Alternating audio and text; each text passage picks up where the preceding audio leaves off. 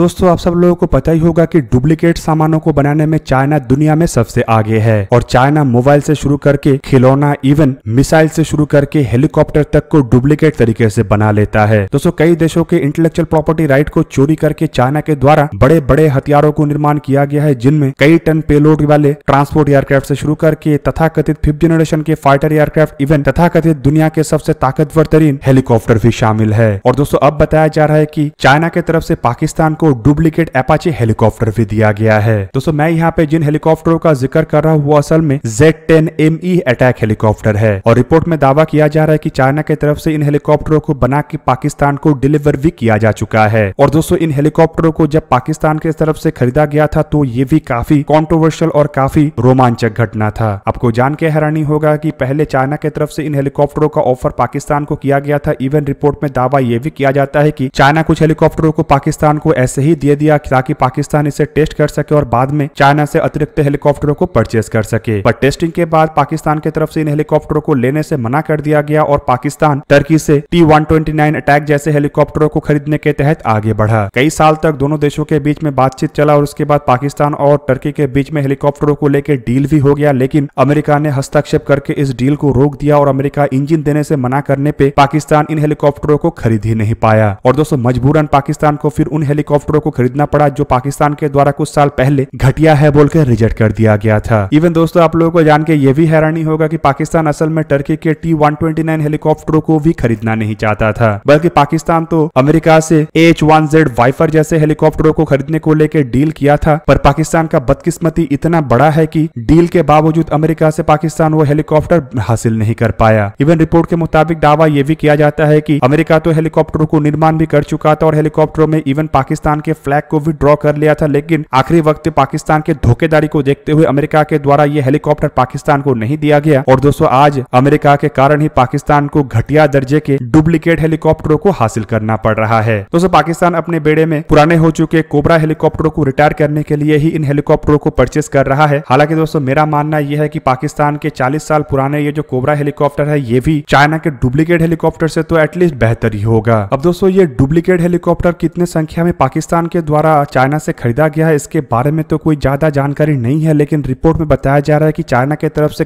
कम 3 ऐसे हेलीकॉप्टर का डिलीवरी पाकिस्तान को किया गया है। Z-10ME हेलीकॉप्टरों को लेकर चाइना का यह भी दावा है कि ये असल में एक अपग्रेडेड हेलीकॉप्टर है जिसमें कई सारे बदलाव किया गया है और पहली बार इसे साल 2018 में दुनिया के सामने लाया गया था। अपग्रेडेशन के मुताबिक इसमें एक एक्टिव और पैसिव काउंटर मेजर सिस्टम के साथ साथ एक missile approach warning system, radar warning receiver, नया इंजन थ्रस्ट नोजल इस्तेमाल किया गया है। और यह भी बताया जा रहा है कि इसमें पावरफुल इंजन मतलब WZ-9G 1200 किलोवाट के इंजन का इस्तेमाल किया गया है और इसमें एक बड़ा एमुनेशन मैगजीन को भी लगाया गया है। बताया यह भी जा रहा है कि इसके टॉप में 1 millimetre web fire control radar को भी माउंट किया गया है। मतलब चाइना एक तरीके से अपाचे हेलीकॉप्टरों के लॉन्ग बो रडारों के जैसे अपने हेलीकॉप्टर में भी एक रडार को लगाने को लेके प्रयास किया है, जो कि साफ साफ दर्शाता है कि चाइना का ये प्रयास कुछ और नहीं बल्कि अपाचे हेलीकॉप्टरों को कॉपी करना ही था। दोस्तों यहाँ पे आप लोगों को यह भी जान के रखना चाहिए कि इससे पहले भी चाइना को द्वारा पाकिस्तान को जो 3 हेलीकॉप्टर दिया गया था वो असल में इसके पहला वर्जन था जिसे Z-10M कहा जाता था और इसमें 1000 से 1100 हॉर्स पावर के इंजन का इस्तेमाल हुआ था। दोस्तों चाइना के इन हेलीकॉप्टरों को लेके दावे तो यह भी किया जाता है कि ये हेलीकॉप्टर असल में चाइना का है ही नहीं और इसे डिजाइन असल में रशिया के क्लिमोव ग्रुप की तरफ से ही किया गया है और चाइना इसका केवल मात्र प्रोडक्शन किया है। और दोस्तों प्रोडक्शन के दरमियान भी चाइना के द्वारा इसमें बड़े मात्रा में अन्य देशों के इक्विपमेंटों का इस्तेमाल किया गया है, जिनमें जो इंजनों के नोजल का जिक्र किया जा रहा है दोस्तों ये भी प्रचंड हेलीकॉप्टर से कॉपी करके ही चाइना के द्वारा बनाया गया है। दोस्तों हेलीकॉप्टरों के इंजनों के साउंड को कम करने के लिए भारत के द्वारा प्रचंड हेलीकॉप्टर के जो इंजन का नोजल है उसे ऊपर की तरफ किया गया है, जिससे कि इंजन कम साउंड प्रोड्यूस करता है और इंजन एफिशिएंट तरीके से थ्रस्ट को भी जनरेट कर सकता है। और दोस्तों चाइना इस टेक्निक को भी कॉपी किया है। अब दोस्तों चाइना के द्वारा जो ये 3 हेलीकॉप्टर का डिलीवरी किया गया है, देखना अब ये है कि ये हेलीकॉप्टर कब तक क्रैश होता है, क्योंकि इससे पहले पाकिस्तान के द्वारा चाइना से जिन भी हथियारों को हासिल किया गया वो हथियार आइदर मेल फंक्शन के वजह से बंद पड़ा हुआ है या फिर क्रैश होकर समाप्त हो गया है, चाहे वो JF-17 जैसे जंग फाइटर हो या फिर विंगलॉन्ग जैसे घटिया दर्जे के ड्रोन हो। इवन रिपोर्ट में तो यह भी दावा किया जाता है कि चाइना के द्वारा बनाए हुए जिन चाइनीज जहाजों का इस्तेमाल पाकिस्तान कर रहा है उन जहाजों के रडार से शुरू करके मिसाइल इवन अलग अलग पार्ट्स भी इस्तेमाल लायक नहीं बचा और इस कारण पाकिस्तान अपने जहाजों को पानी में उतार भी नहीं पा रहा है। और जो आर्टिलरी और टैंकों को हासिल किया गया था वो तो पाकिस्तान आने के बाद पहले टेस्ट के दरमियान ही काम करना बंद बंद कर दिया। दोस्तों आप लोगों को क्या लगता है कि चाइना के ये जो डुप्लीकेट हेलीकॉप्टर है ये कितने घंटे उड़ान के बाद क्रैश होगा? कमेंट करके अवश्य बताइए। दोस्तों आज के इस वीडियो को यही पे ही करते समाप्त। किसी और एक दिन किसी और एक वीडियो में मिलेंगे, तब तक के लिए जय हिंद, वंदे मातरम।